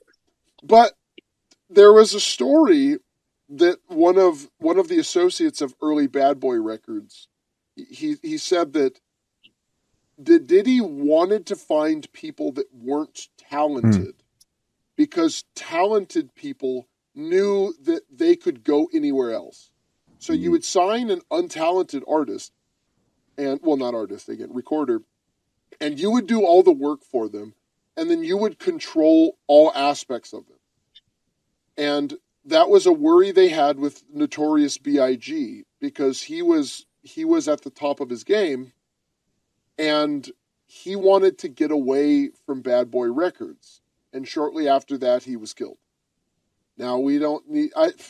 I mean, P. Diddy is a scumbag. There's no reason to believe that he didn't have a hand in that with everything that's come out, but nothing is set in stone. So you have talented people. Talented people can go, I don't need you.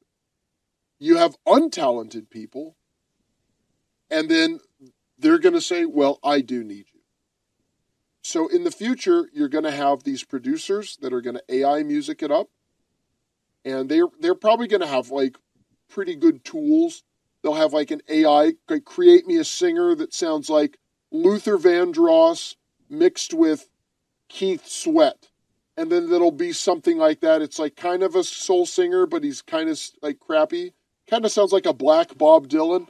Like, they'll have something like that. Like, oh, this is unique and different.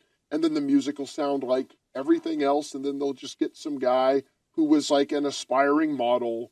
And then they'll just do that for every genre. And all the music will sound the same. It'll be like the Tower of Babel, the music. Like, that's what it's going to be. That's my prediction.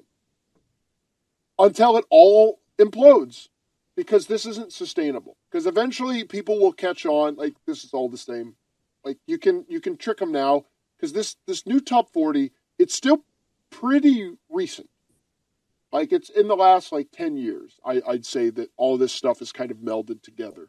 Like, before that, we had a good diversity of genre in the top 40. Like, remember that thing, what do they call it? Radio? You know, you would, like, turn it on and it would play music. And you switch called a dial, and it would change a channel. Remember that? Yeah. Yeah, it's from a long, long time ago. But you could go to different radio stations, and then it would play different types of music. And then now, if everything is this kind of the goo back genre of top 40, then people will stumble upon old stuff that's on YouTube or even Spotify. And then that's where people are going to, oh, remember Backstreet Boys? Oh, remember Blink 182? Remember the Smiths? And then that stuff is going to become popular. And then they're going to need to find a way to control that. And I think it's going to be it's a crisis that I think every company is kind of facing, because I'd say a smart company, and I don't want to call these music company executives stupid. Like they have basically sold one song to everybody, and they've just repackaged it. And it's like all top 40. It's all the same song. It really is all the same song. It's either like, here's my butt, or everyone hate me because I'm good. That's like, it's every song. Or if it's like Taylor Swift style pop, it's like, I had sex with that guy and he made me sad, so I'm going to find a new guy to have sex with. That's like, and that's all of her songs. Oh, man. That's what... Like, summed it up. Well, we talk about this stuff a lot, so I have a lot of time to think about what this is. We're a well-oiled machine at this point. But I bet they're thinking, okay, people are talking about AI, and I posted this in our chat. Like, my most listened to song on YouTube was an AI song, and I highly recommend it. It's called "I Glued My Balls to My Butthole Again." Oh my God. And someone made it's an AI song, and it sounds like a 60s Motown song. And it sounds great. I don't know how the person did it. I've seen some people do some funny things with AI, but that one, it just sounds so perfectly 60s. And I've listened to it so much. And there was some website, some outlet did an interview with the guy who did, he's done a few of those songs, and I didn't read the interview because I don't care. The song is just funny enough. But the fact that a major outlet did a piece on this guy, if I saw it, then music executives saw it. Like they know that people are catching wind, and I bet they see people talking like, oh, is this AI? Is this song AI? Like when talking about Ice Spice or Nicki Minaj or whatever, like, is this AI? And they're probably thinking, okay, we've been using AI for a few years, and now they're starting to ask questions. What do we do next? Because when the truth gets out, it's going to be real hard to justify those big ticket prices for concerts. And that's where I would guess that's the only way they pay their artists. Like, because if Cardi B's songs are AI, they're probably not paying her much for it. They're probably saying, like, I bet there's a deal in her contract that says, like, you only make money off of your concerts or merch sales. Yeah, most likely. But we have had that guest, a different guest, come on and say, like, okay, if you're going to a Motley Crue show and you know that they aren't playing their instruments, it's all lip synced, everything. He's like, oh, I'd go see them, pay full ticket price, no problem. And B and AC are like, I'm not interested. Yeah. So who knows? Maybe if the truth gets out, the people are already so dumb that they'll just, oh, well, I get to be in the same room as Cardi B. I think there will always be stupid people like that are okay with that, but a good chunk will just say, like, oh, you've been lying to me, and they're just on the principle of, like, how dare you. I think there will be people that will say, that's like, true. I don't care. But, I mean, if you have their arena sales, that's a lot of money. Mm-hmm. Like going from $1 million a night to $500,000 that's a big chunk. I don't know if they make that. True. I don't know what their gate price is, but I'm sure nowadays, like, there's a lot of 360 record deals that basically the artists they get like a salary. They don't own their bus or anything, and like the record company's taking a portion of their merch sales, taking a portion of the whatever venue food sale percentages and all that stuff, like, mixed together. Sometimes that happens, not all of them, but that is a thing. But like, that's the thing. I think when you say all that is it turns out in my mind, I keep hearing the word fraud. It's like, like you stole my money. I paid $200 for this ticket and the shitty seat and the nosebleed, and the waters are $9, and you want $60 for a t-shirt, and you don't accept cash. It's only debit card. Like, it starts getting to a point where you're like, is this the Walmart of concerts? Like, what has happened? Where is like the dude who, sells you the t-shirts in the corner who might also sell you something else that you need? Like, where is that? It's not like that anymore. I don't know.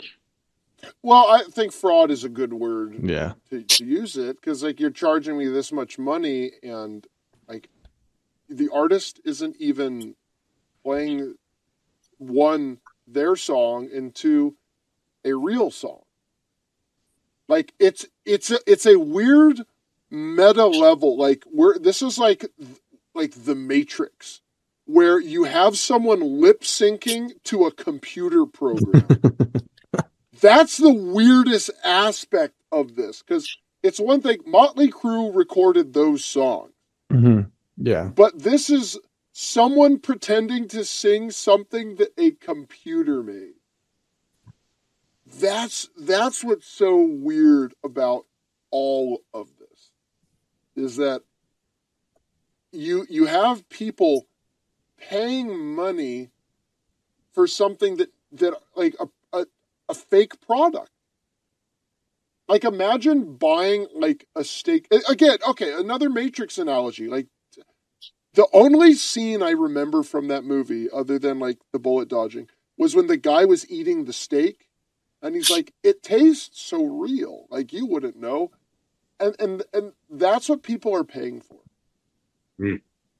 Like, imagine if the Matrix were real, and like you paid like $100 to be plugged in, and then you feel like, oh, what was that movie with Arnold Schwarzenegger? And then he goes to Mars. Oh, there's Total Recall. Total Recall. Yeah. Okay. But he starts having those memories. Yeah, because he goes to pay to have like fake memories put in. Like, that's what was the plot, right?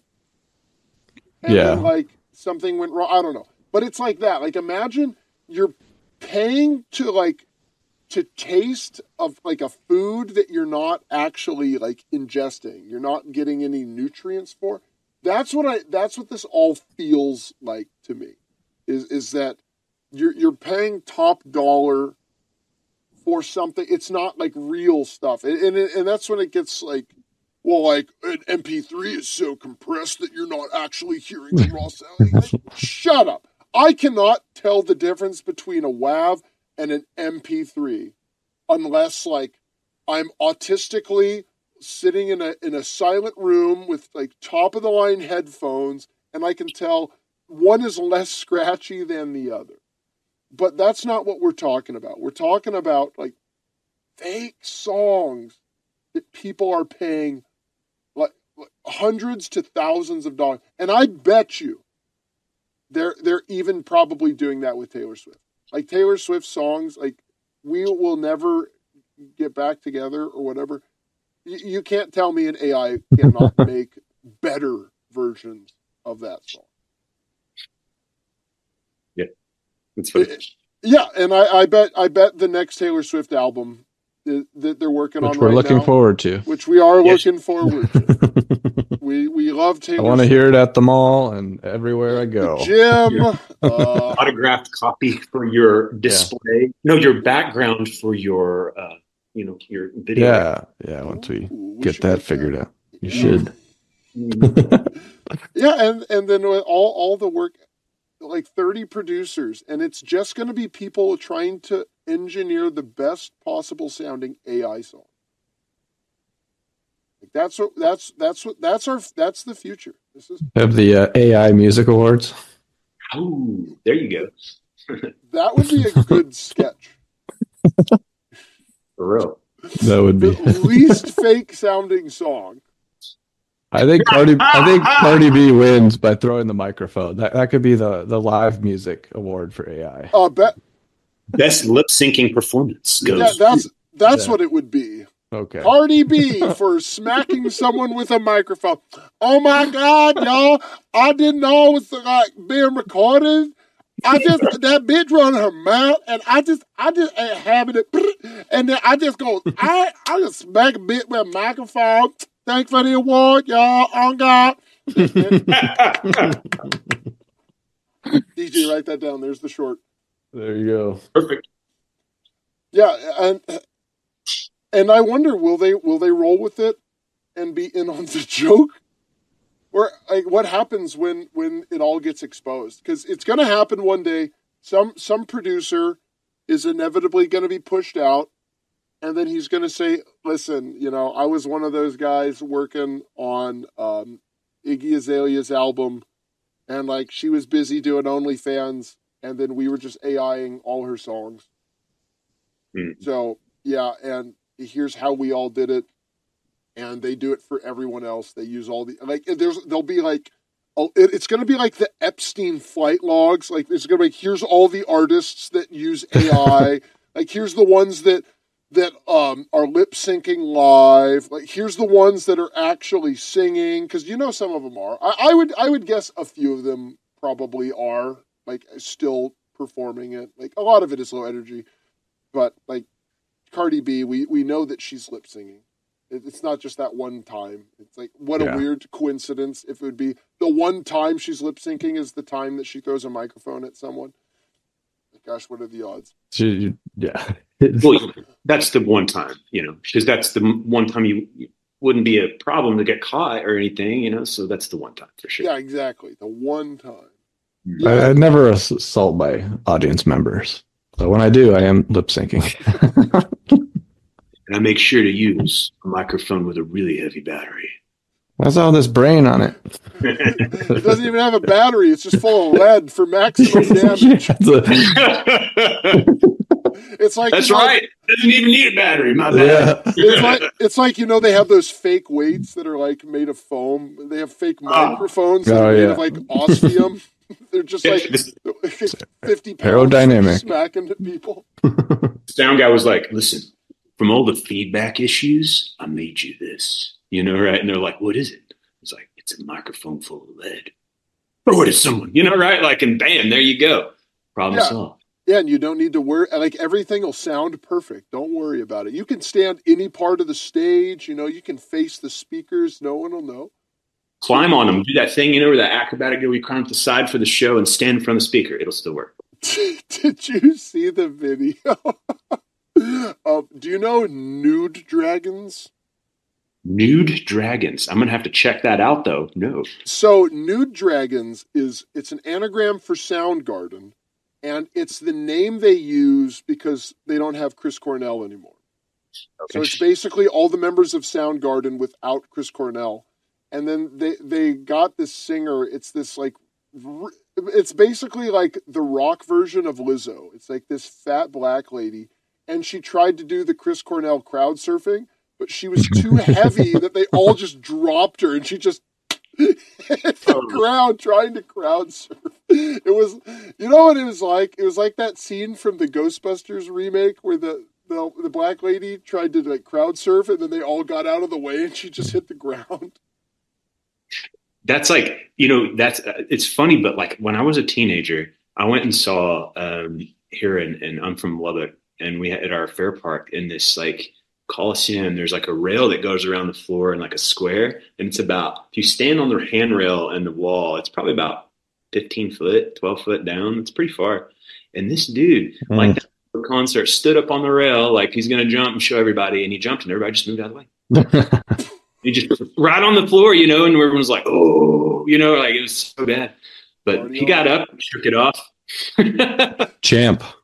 That's right. Yeah, you can't stay on the ground, You can't let anyone see you sweat.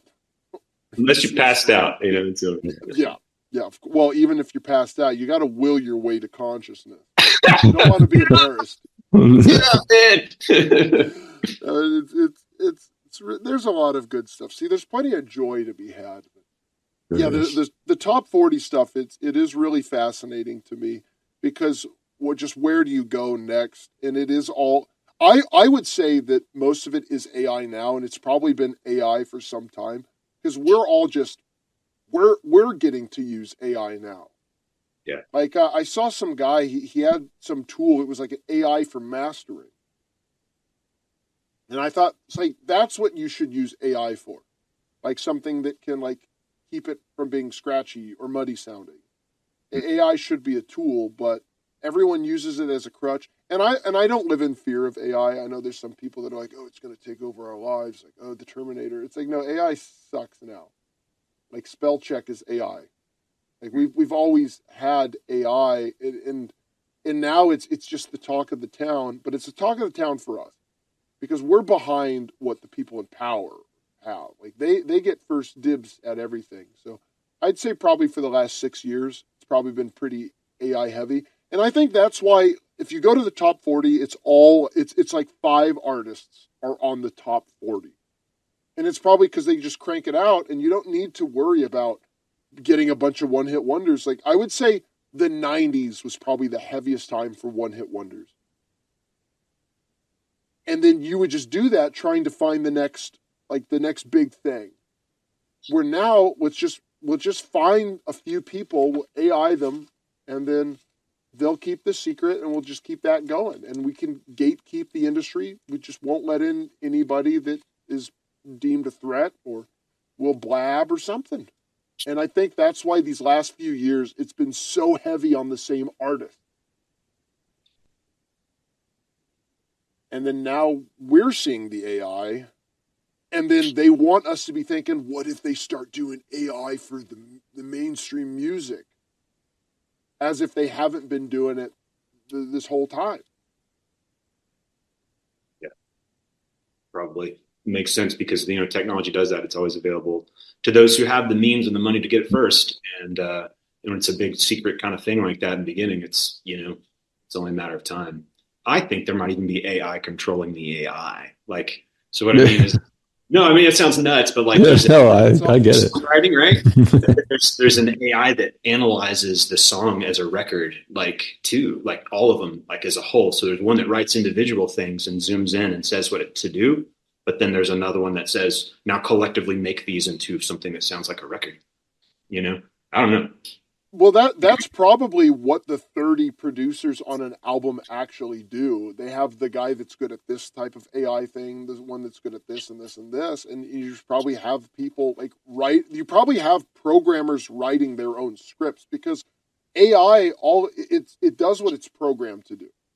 And like AI, like Google is like AI, like Google search for me, Mad Chad record. And then it just pulls up the things based on that. So someone programmed it to pull whatever you ask for. So now you have someone writing the code, like, make me a song sounds like Iggy Azalea. And so someone had to code it to say, like, when you see these terms, you pull up these artists, and then it probably shoots out and it finds, like, Iggy Azalea said she was influenced by this, this, and this. So it tries to kind of condense it, like, okay, this sounds like an Iggy Azalea song or whatever. And then you probably have these people that like code it, like, if an AI does this and it pulls this together, have it turn it into this. So there's probably levels that just we don't know what's going on, because like do you know Jon Stewart's brother was the head of Wall Street? No. Yeah, like, so it's not too far-fetched that the guy who runs Capitol Records is friends with someone over in Silicon Valley. So they might just like the guy who the VP of Capitol Records is cousins with someone, Sam Altman-Fried. Like, just there you go. So there's the connection. So you just have them like, hey, give me some of your AI stuff, and then they just, oh, here, I'll code you a program that will code for something else. So like they feed the songs in, and then once the songs are fed, then you have a program that'll probably like mix each instrument. So it's like when the the song making program makes a song, you probably have the AI, like an AI, like almost a compressor that'll like turn it into, because I know there's programs out there, I've seen people make songs and they don't sound good. Like, it's like, oh, isn't that cool that they made that? But they sound like they're mixed worse than my record. Like, they just sound like they sound so crappy. Mm. And they probably have something like they can have a tool, they can like make sure like keyboards sound like this, and it'll pull like things like 80s sounding stuff. Like, The Weeknd? Yeah. Like, The Weeknd sounds like 80s stuff. Like, it sounds pretty like retro. So they probably can have something just do like that. And what do we know? Like, we're not exactly industry insiders. We just have to go by like what we hear from people. And that, I'm not going to say you don't know things, but, DJ and I do know things, but we're not there in the smoky rooms seeing what's actually going on. So we just have to go by what we can hear and what we can see. And like, if someone tells us something that sounds crazy and it contradicts something that we see, that's probably just crazy ramblings. But if someone says something crazy and then we see it, like, okay, crazy is now reality. Yeah. And it is, it's going to be, this year's off to a good start. And, we've seen some things, and I think it's only going to get more and more wild. We shall see. So, Chad, would you like to plug any and everything you'd like? Sure. Check out my website, www.madchad.com. You can find me on Spotify, Apple Music, everywhere, YouTube, all those places. I'll be releasing a new record here in March. I'm really proud of it. It's going to be about around 11 or 12 songs. And I just released one this fall called Right is Right. Check it out if you want to see that one as well. It's also available everywhere too. And like I said, thank you guys for taking the time to let me be on your show. This has been a lot of fun. You guys are awesome. Oh, thank you so much, and appreciate your time with us, and wishing you much success in the new year. And when the new album comes out, let us know. Maybe have you come back. But to close out the song, is there close out the show, can we play one of your songs? And which song would you like us to play at the end? Let's do Weaponize the System. Weaponize the System. Okay. Well, thank you again. And this is Weaponize the System by Mad Chad. And of course, stay safe out there.